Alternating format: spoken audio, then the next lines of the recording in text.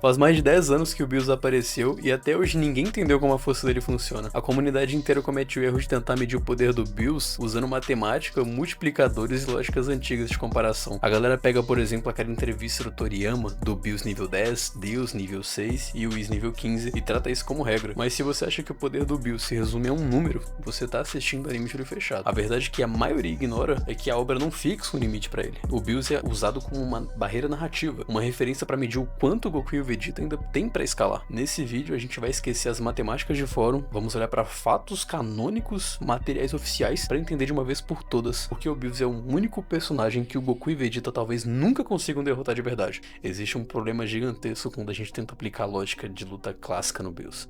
Ele simplesmente não foi criado pra funcionar como um personagem normal. Quando ele aparece pela primeira vez no filme Batalha dos Deuses, a série desenha a diferença de forma brutal. O Goku enfrenta ele usando o Super Saiyajin 3, que naquela época era o auge pré-Deus. E o que o Bills faz? Derrota o cara simplesmente com um peteleco. O material oficial da franquia descreve que ninguém na Terra foi páreo pra ele. Não teve trocação, não teve discussão.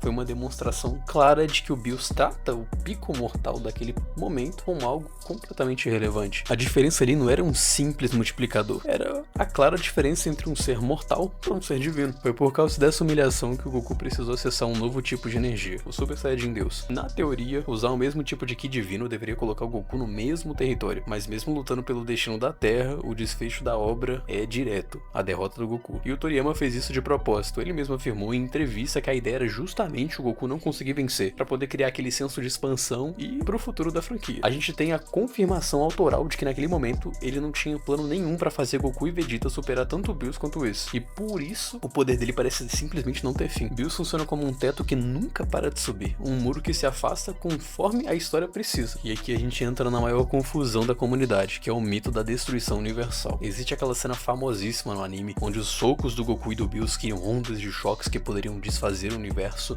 e durante muito tempo as pessoas usaram isso como prova definitiva da força do Bills. Mas se você olhar bem pra regra da cena, ela mesmo se explica. O efeito quase apocalíptico só acontece porque o Goku não sabia equalizar a colisão. A própria obra mostra que efeitos desse nível dependem mais sobre como o poder é aplicado e controlado, e não só a força bruta. Ameaçar o universo com Ki bruta é sim impressionante pra caramba, a gente sabe disso, mas não é o que coloca o Bills no topo da cadeia alimentar ali não, cara. O que realmente coloca o Bills num nível completamente diferente é uma regra que altera completamente a natureza de qualquer combate: a energia da destruição e o Hakai. O Hakai não é um golpe de energia que explode as coisas, ele não causa dano, ele apaga. E a cena onde os Amazon é atomizado prova isso. O Bills tem a capacidade de remover um ser divino de maneira imediata, e mesmo que a história depois nos mostre que apagar alguém no presente não apaga em outras linhas temporais, dentro de uma arena num combate corpo a corpo, o Hakai é uma sentença de morte.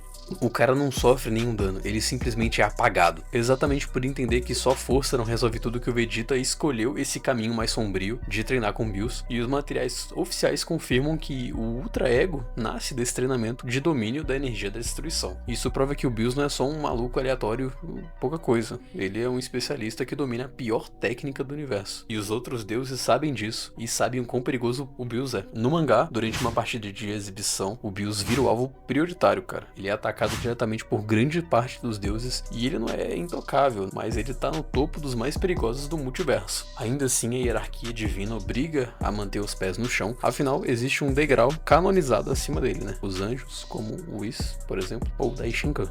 É exatamente por saber da existência desse teto que o fandom ferve no maior debate atual, o Black Frieza, que treinou por 10 anos em outra dimensão e voltou pra humilhar o Goku instinto superior e o Vegeta ultra ego de uma vez só. A hierarquia dos mortais foi completamente destruída e o salto de poder é inegável, cara. A grande pergunta agora é: ao humilhar os dois alunos dos deuses, o Black Frieza finalmente superou o poder do Bills? E a resposta honesta, nua e crua, que a maioria não vai te dar, é indefinido. O próprio Toyotaro, ao discutir sobre o topo de mortal da franquia, lista Goku, Vegeta, Gohan, Piccolo, Broly e adiciona o Frieza como uma variável, mas ele deixa o Bills fora da mesa. O autor não mede o Bills contra eles, justamente para preservar esse horizonte narrativo. O nível real do Bills não é um número, ele é um intervalo com limites mínimos absurdamente demonstrados e um teto máximo que a obra esconde de propósito. Mas se o Black Frieza for o cara escolhido para quebrar esse teto, o Deus da destruição vai ter que levantar da cadeira e mostrar pra gente o que acontece quando ele realmente decide revidar. Mas agora eu tô curioso pra saber de você. Quem sai vivo de uma luta até a morte entre o Bills lutando sério e o atual Black Frieza?